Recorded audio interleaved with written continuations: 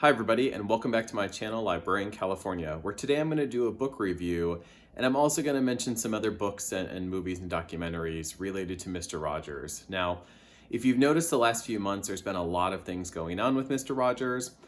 A few months ago, there was a documentary that was put out, and then there was a major motion picture put out in November of 2019 called A Beautiful Day in the Neighborhood, and that starred Tom Hanks. But even before that, everybody knows who Mr. Rogers is, whether you were a child growing up in the 60s and 70s, 80s, 90s. At some point you would have heard of who Mr. Rogers was. So anyways, today I'm going to talk about a new book that came out recently. It actually came out in October of 2019, and it's called Kindness and Wonder: Why Mr. Rogers Matters More Now Than Ever. It was written by Gavin, and I actually listened to the audiobook version, which was read by Jeremy Arthur. It was released in October of 2019, and the audiobook version was about 6 hours roughly to listen to. Now, just really quick, I like to always comment with an audiobook. I really did like the author, the narrator who read the story. I thought they did a really good job. It was very feel-good, comforting. And I think with everything that people are going through now, this is one of the many reasons why I chose to read this book. There's just a lot going on, and this is a good, feel-good book. So I would highly recommend it, especially if you like Mr. Rogers. Now, if you aren't going to read this book, I might suggest watching the documentary or also watching the major motion picture with Tom Hanks in it. You still get a lot of the lessons that Fred Rogers leaves us. Now, this particular book is broken up into two parts. The first part is just straight biography. Lots of details from Fred's childhood and his family and his education and growing up and how he got into the television business. It's really thorough. I thought it was really well done. I had known a lot about Mr. Rogers. I grew up with Mr. Rogers, but also I was very fortunate several years ago. If you've seen some of my videos, you've noticed, or you may have noticed that I mentioned that I used to be a historian. And on a trip, I was at a conference, and it happened to be in Pittsburgh, and I was very fortunate to be able to get a special tour of the Fred Rogers Center, which is in Latrobe, Pennsylvania, and that's where the Fred Rogers Center is located at St. Vincent's College. So I was actually able to see the archives. I was able to see the castle, several of the puppets, and documents from the collection. It was really, it was really fascinating, not only as a historian, but just a fan of Mr. Rogers in general. But anyways, I was able to learn things from the biography portion of this book. So that was really interesting, and I really enjoyed that. Now, the second part of the book, I'll tell you when it started off saying like 10 ways to live like Mr. Rogers would, or live by, or whatnot. I kind of was like, I don't know. I actually considered just stopping the book right there and just reading the first part of the book, which honestly I think would be just fine if you did that. But I will say the second part of the book was very interesting. It was really these lessons to live by, anecdotal things, kind of just the way he lived and some of the philosophies he had. Now, I will say, I did learn things about him that I didn't know before, and some of it was really interesting where they had really interviewed dozens of people that had impacted, their lives were impacted by Fred Rogers. So that was really interesting. I did enjoy that. I learned some things. I heard some different perspectives from different people about how he impacted them and what impact he had on their lives. So that was really fascinating. There were two slightly odd parts.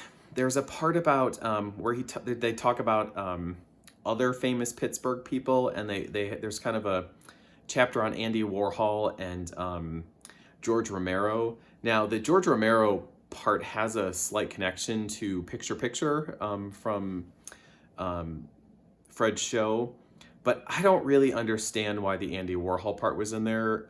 I didn't get it.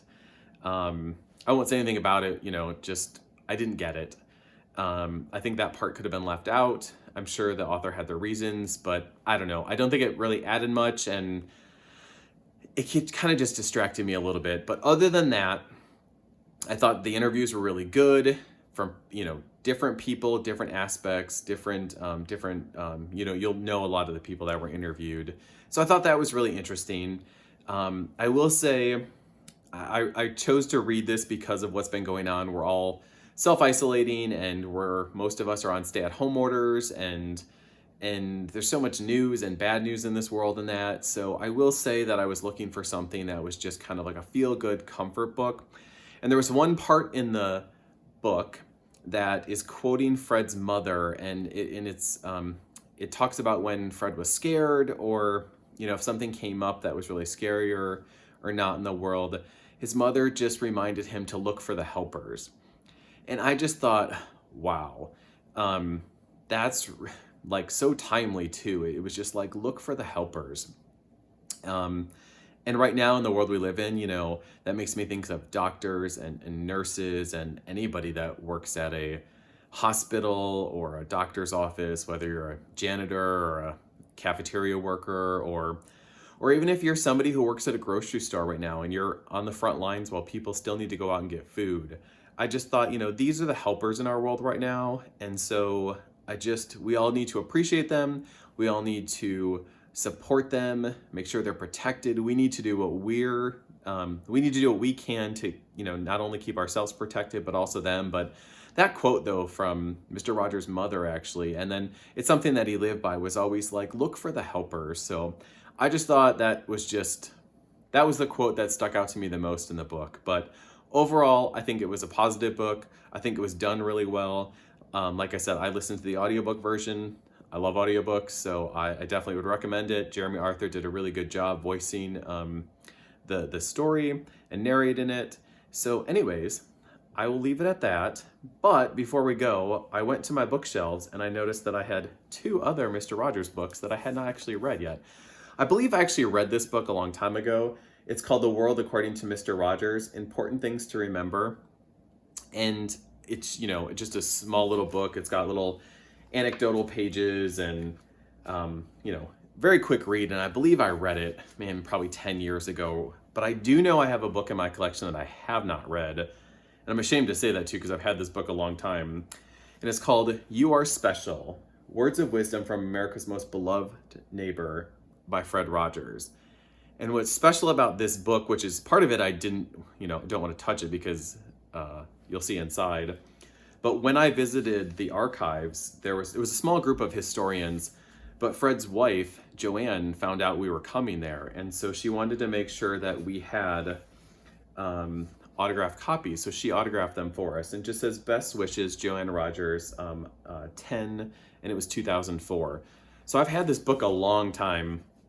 And well, grad school and graduate school again, and working and whatnot, I just never had a chance to read this yet. But now I feel more compelled to read it in the near future. I feel like 2019 and especially 2019, but now that I read this book in 2020, this really does seem to be the year of Mr. Rogers and really paying tribute to that man. I'm sure you all have different things that you remember from his show. In particular for me, I always love the end when he fed his fish.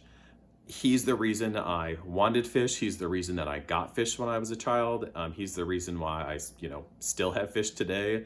I love that part of it. He just fed his fish at the end of the day. And that, I don't know, it's probably the part that, least attracted other people because they liked the, picture, they liked the trolley, like Mr. McFeely. They liked, a number of different things. His cardigans, his, changing his shoes, anything. Daniel Tiger. So whatever you may have liked, to each their own. But I personally liked the feeding the fish at the end of each show. I just thought that was a great way to wrap up the show. So anyways, this is on my TBR sometime, and I'll probably reread the other one and add it to another TBR again. I probably could read it in an hour or so. But anyways, that's it for today's review. Thanks for visiting my channel. If you like this video, please give it a thumbs up and consider subscribing to my channel. And remember, although you can't visit your public library right now, please visit their websites, download their audiobooks, pick up a book you have on your shelf, and just enjoy reading during this time we're living through at the moment. So that's it, and I'll see you again next time.